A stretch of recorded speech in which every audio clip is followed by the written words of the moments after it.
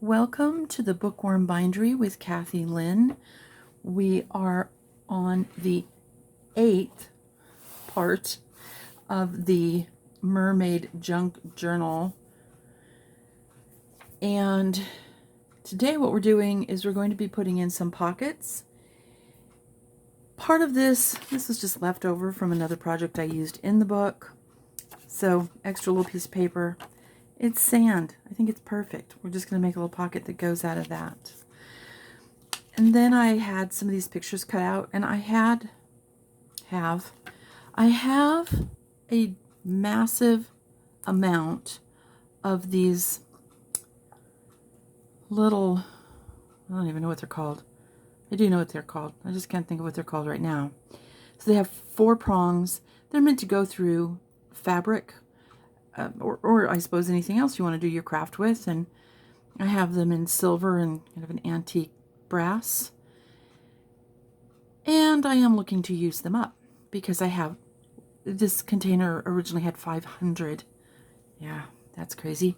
So I already went ahead and I just reinforced the corners under these little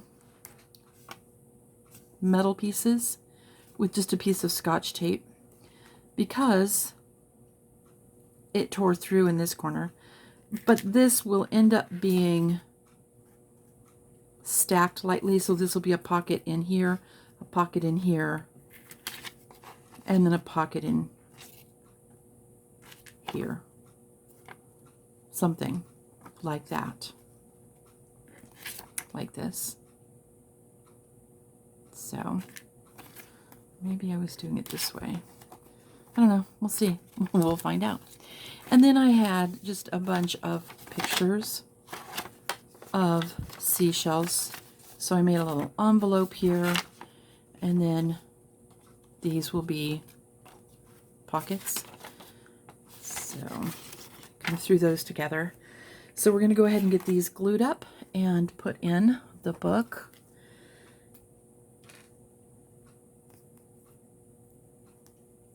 Rid of that extra glue.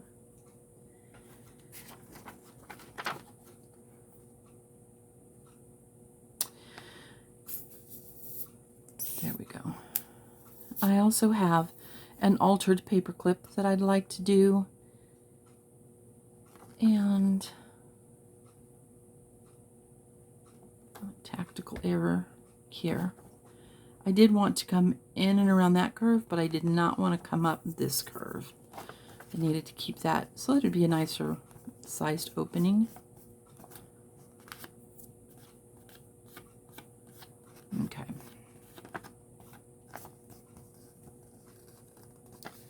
So we'll let the glue start to dry on those. Now, after these pockets are put in,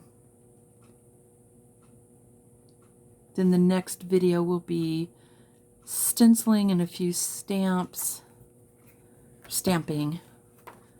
I have some really cute mermaid stencils, and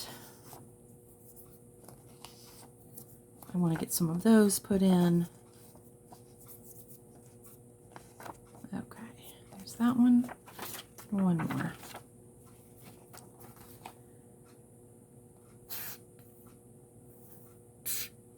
I actually hadn't planned on this set of pockets mentally. I think I had already pulled these together to be used, and they were in the file folder that I used to keep all of my bits and pieces in on a project.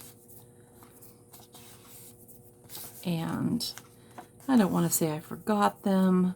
I'd like to say I just wasn't thinking about them. Roll that excess glue off.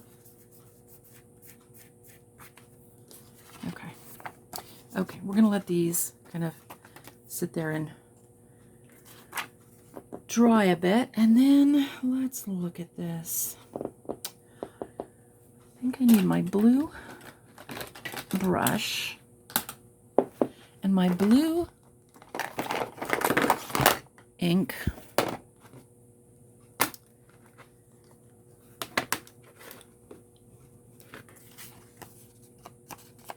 I definitely want to ink here. This ink pad is ancient. Truly. Vintage, actually. Because I bought it when my brother's kids were really little. And we were playing with stamping. And yeah, that needed that little bit of water at the edge of the beach. Cool. Oh, back to this. So, 25 years ago, maybe, I purchased this. And when I pulled it out not too long ago from a box under the bed, I thought, oh, it's so old, I'll just throw it away. And then I thought, no, let's see if it works first. And it did. So, I had to add water to it. Okay. But I think I'll be in the market for a nice intense blue sooner than later. Huh. You know, just a helpful hint. If you ink this before you glue it down, your life is easier. Do a little bit of shading or something in this white section. And then just, you know, for continuity of it all, we'll do it in here as well. That says, I was paying attention. Really, I knew it was like this. Okay. So that one's ready to glue in. This one is ready to glue in.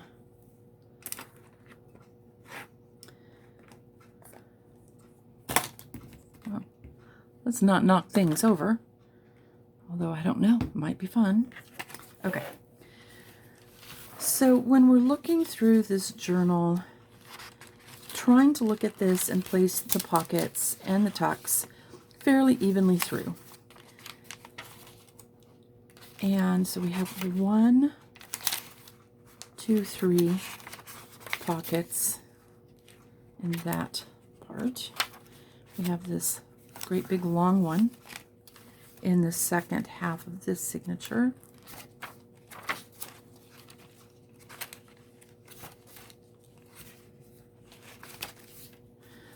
I'm going to be making a pocket out of this page. We'll come back to it in a few minutes.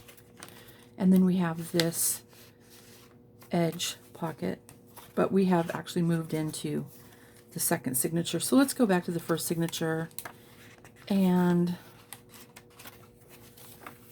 let's find a place. Let's see, what do we got here?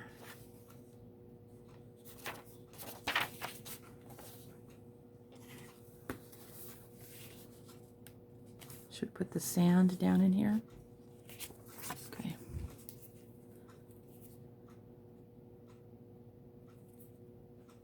Okay.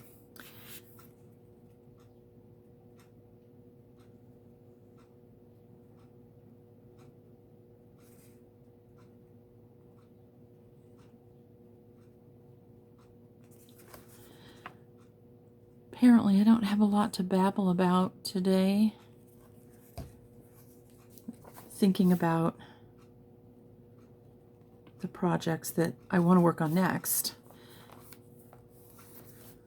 I think the creative brain is wired that way. So I'm going to come back right here and now with you, and I'm going to focus on this. Okay, so now we're in the second signature. You know, we might as well just go ahead and take care of this now. So I cut this piece of paper that was left over from, I think a belly band. Not 100% sure. I'd have to go back and look at my previous videos.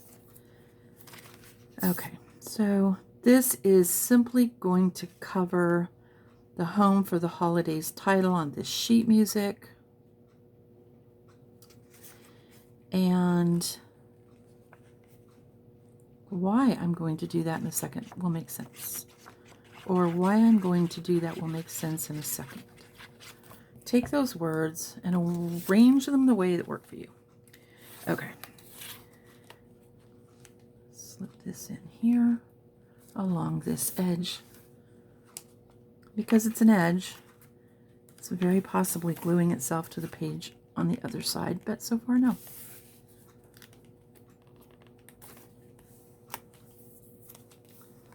It wasn't quite as long as this, but I suspect once the next piece is glued down, you won't notice that. In the meantime, I'll try sliding it. I don't know if I can slide it very far. Okay, I'm good. Okay, now I'm taking this and I'm going to glue it top, side, bottom. Now you can see why we really wanted to put something here, but it's going to end up creating a pocket, so it'll be nice to have this go down a little ways. And the reason that I wanted to put this here is 100% because of the tracing paper. Then we'll be able to come back with the tracing paper and stencil maybe some more seaweed, something we'll go through. Maybe we will stencil a mermaid into this. Or maybe I will leave this for my client to do so that she can use her imagination. Okay. So I was at a crafting session yesterday, and I thought, you know, it's like we're a craft gang. I didn't tell them that. I will probably talk about it today. You know, like a biker gang, but no bikes, and we're armed with glue and scissors and, I don't know, crochet hooks. I think you could do a lot of damage with a crochet hook if you took your mind to it.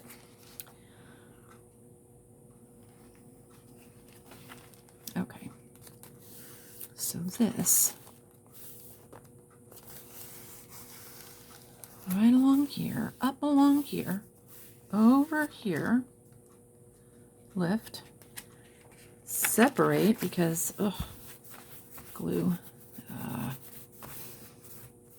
When I get glue that marks in and I can't roll it right off, I use a white eraser and I just erase that glue away. Works really well. So I have a, you know, an art eraser that I just have right here. And I'll come in and erase the glue. Okay. This actually covers or sticks out more than it does on this side. So I'm going to come to this side and I'm going to carefully trim that away versus doing it from here. Because I'm not sure if I did it from here, I would do a good job. Okay, so before I do that though, so here's this beautiful porpoise with its baby. This whole section makes a pocket. A nice big full-size page pocket. So let's move this over and trim.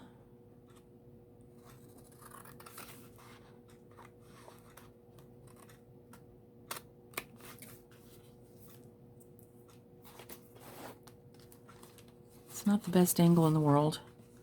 This is where it would be helpful to be left-handed.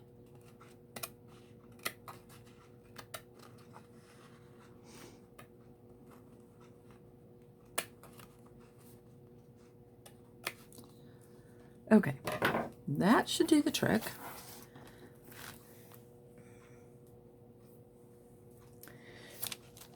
It may do the trick, but I did not do a very even job, even though I was following along.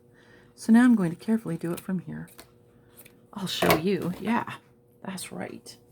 Okay, so let's get the tack and stick that back in. And then I think that I want to edge this, you know, yeah, not edge it, but to ink this white edge. I want to go with purple, which means that I have to find my purple brush.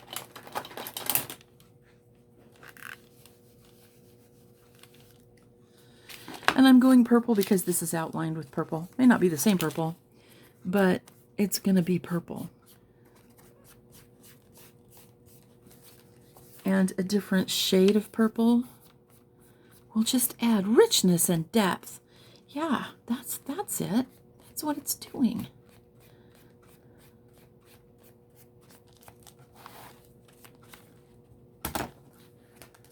Hello, glue. Now, in this instance, this is where your distress oxide works really well because it coats. It's thicker. It's got pigment as well as dye in it. So it has a thicker coverage. Takes a little longer to dry, but that's okay because I'm not really in a hurry. Anyway, so I was telling you about my craft gang. It's not really mine. I don't know that there's a leader of the craft gang, and we all have similarities in things we craft, and then vast differences. Things that I look at and go, oh gosh, I could never do that. It would drive me nuts. And I'm sure that that's what people say about some of my stuff too. I'm fine with that. Although sometimes I just tell them, no, you're just nuts anyway. But that's what happens when you're in a crafter gang. You can talk all mean and rough. No, not really. Sometimes we're terribly silly. That's such a pretty piece of artwork. Okay, let's find a page for this. And what is this on the back of? Not that it really matters because it's on the back. But if this were a writing page, a really dedicated writing page, I wouldn't want to put envelopes on it. So I think I will actually put this here. The colors go nicely.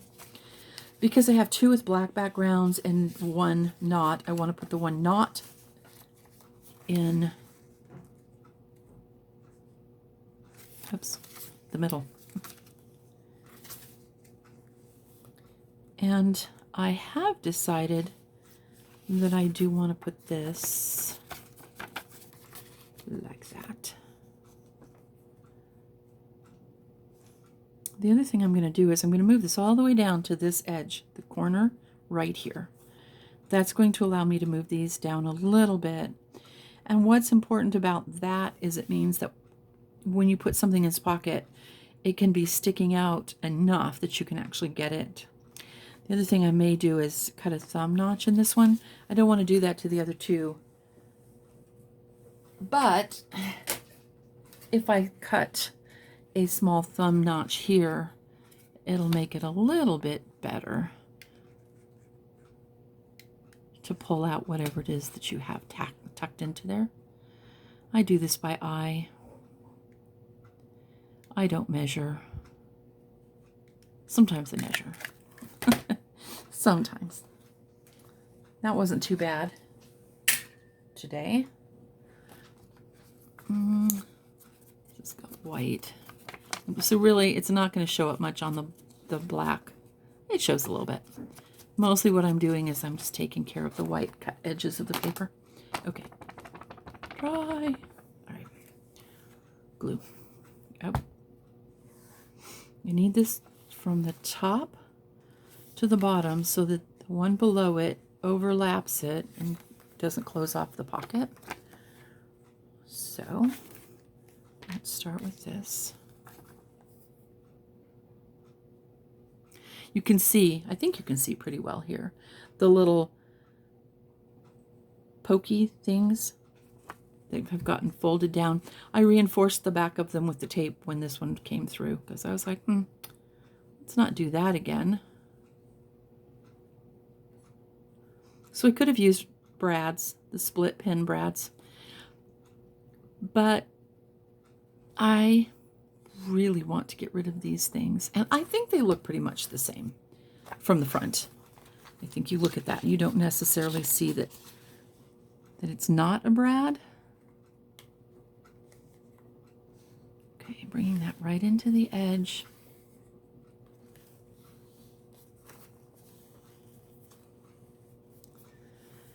Okay, the first of the trilogy of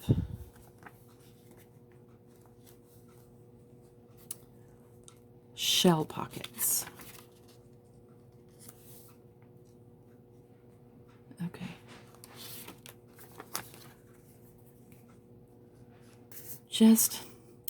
I know I already laid that out and looked at it, but probably goes back to that sort of inherent place it twice, glue it once. We're paraphrasing the measure it twice, cut once.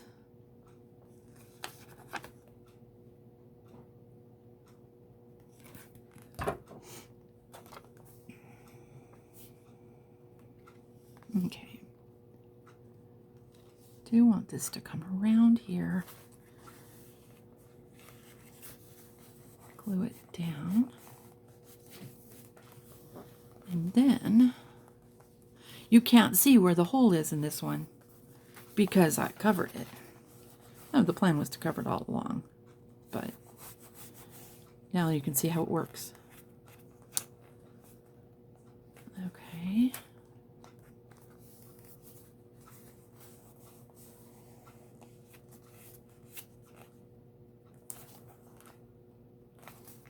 Okay. Now the last one. By not putting brads, or these thingies, not really brads, by not putting brads in the corner that's covered, sorry, I just probably made myself dizzy as well as you, flipping that around like that.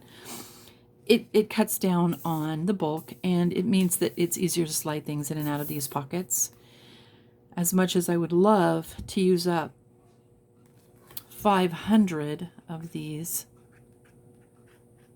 little guys, I can't do it in my clients, just one of my clients' books. So that would make it heavy, although not really. They're very lightweight. I think it'd be overkill. Okay, separating this.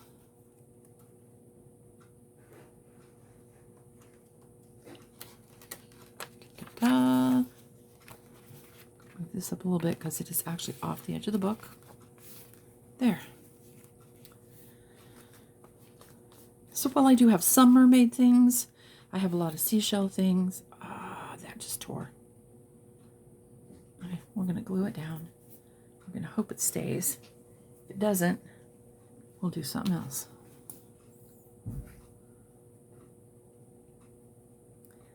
This was the first one I did, and I did not reinforce the back with masking tape. And so here we see another reason. Well, no, the reason. The reason to reinforce that is so it doesn't pull through. Okay. Hopefully that'll be good. Okay. So now we have 3 pockets here ready to be filled up with fun stuff. So before that happened, as I was saying, I have a lot of seashell things, and so by putting in some seashell things and getting, okay, so those pockets to do, and then 2 pockets in an envelope. Then there'll be a little bit of diversity amongst the pages. You wouldn't want every single page to be crammed full of mermaids, because mermaids live in the ocean. We want ocean things as well. So this is a faux envelope, and I am gluing it on the back, on the sides and the bottom, but not across the top or in the middle, so that it becomes a pocket as well. So there's an envelope pocket here, but it itself creates the pocket in the back.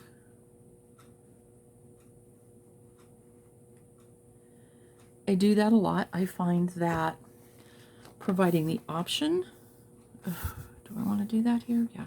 Providing the option for a pocket is good. You don't have to use it. You absolutely don't. But if you want to, you can.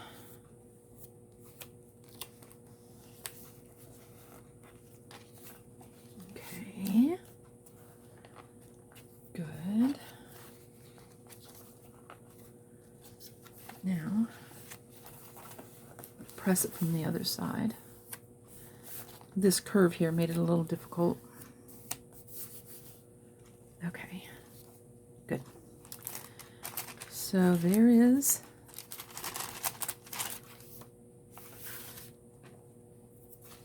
that one. And it is in the third signature. So in the second signature, we'll put this. And this is just a double pocket. It'll have a space here, and once it's glued in, it'll have a space in the back. Where the previous one we put down, you could put something in, close down the,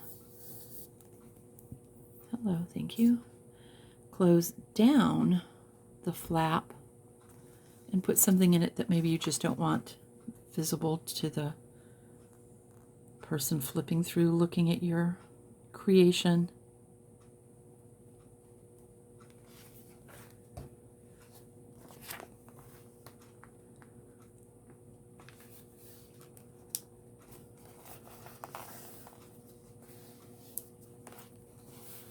So I had a friend who said, I really don't understand the concept behind junk journals or creative journals. And I said, you know all the stuff you have sitting around on your shelves, this cute picture, that cute saying, a comic that you cut out of the Sunday paper, something that a coworker handed you. You have all these things, pictures of whatever it is that you find fascinating in your life. This becomes, you know, it's a lot like a scrapbook, but I think of it as a storage unit, a place to store all of your stuff. And you're storing all of your stuff in a space that makes sense, because in this case it's going to be a mermaid journal. So yes, you can have all things ocean and mermaid.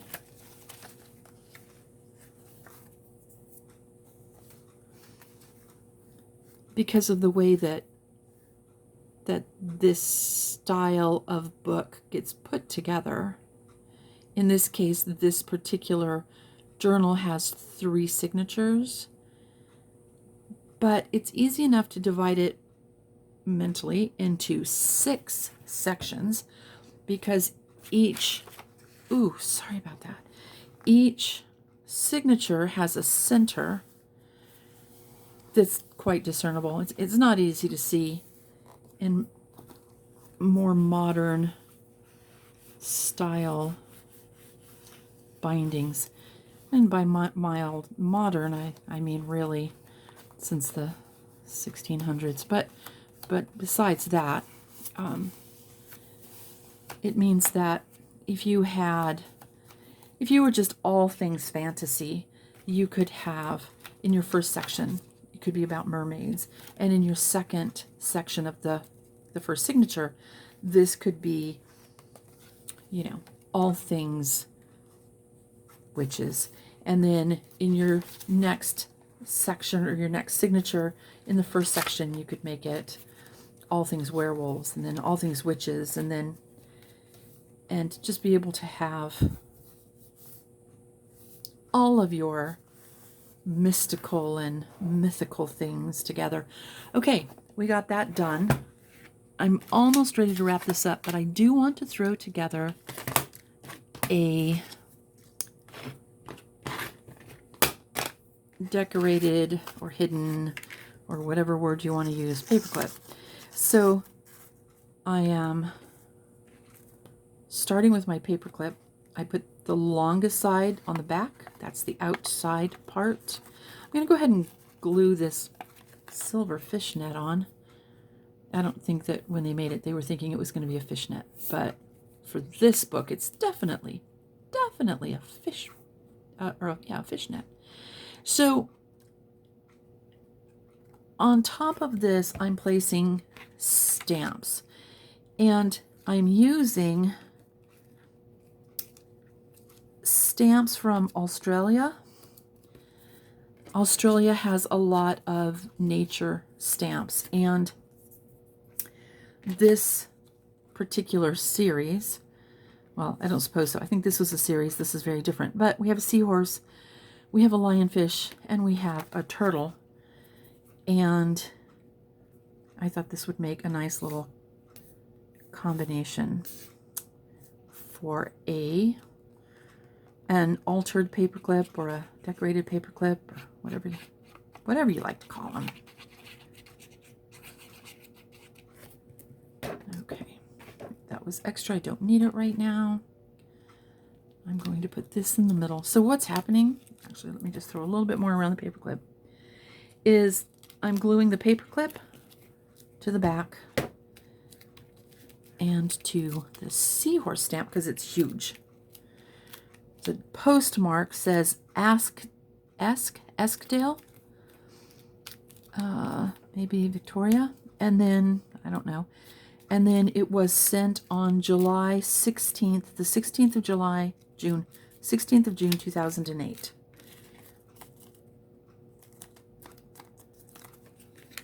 And then we have the lionfish. It does have a postmark on it, but it's too dark. I can't see it. And the same thing with the turtle.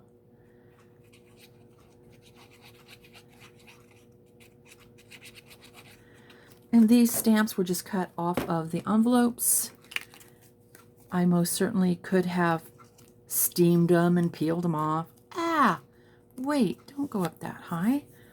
Almost completely covered up my seahorse. That's crazy. I'll bring that down. Okay. And then the turtle, I think I want the turtle going this way. Because again, I don't want to cover up the seahorse completely. So while this guy has his postmark, probably there was a notification over to the side. I'm going to snip off right here. I'm going to cover this postage paid, but I don't want to cover most of this, and I don't want to cover that guy. So I'm putting a little more than half of them. So what I was saying about cutting the envelope, not steaming them off, is that if I steam them off, or if somebody else has already done that for me, then I have to reinforce it if it's going to stick up at all. And I don't like that. I mean, why go through the work to take off the envelope backing if you're then going to back it with something else for stability? So there's that. And there's the paper clip. Let that glue dry. And now it is ready, once it's dry, to go in and secure something inside the journal. Okay. Great. Okay. So just a really quick view before we run out of time. I'm just going to set this up here. The stencils. So we already looked at stamps, and I have a few of the small stamps still to be used in the book. But the stencils that I have are mermaids, sea things.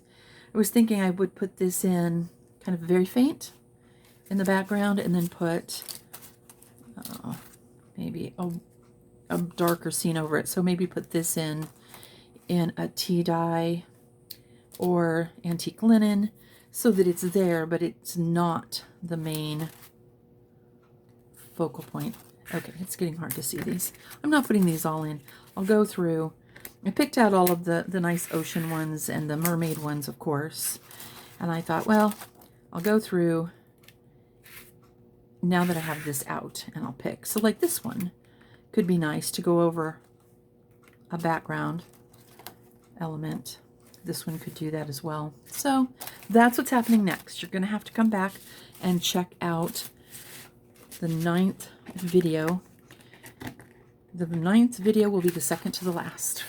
Then we'll do the front cover and do the completion on that, a light flip through, and then I will deliver it to my client. And then Stephanie has definitely agreed to come back and talk with us about this once she has gotten it packed up, and we'll be able to flip through it and we'll have some of her input on, you know, what she discovered and how she used things. Okay, thank you very much for stopping in. I look forward to the next video.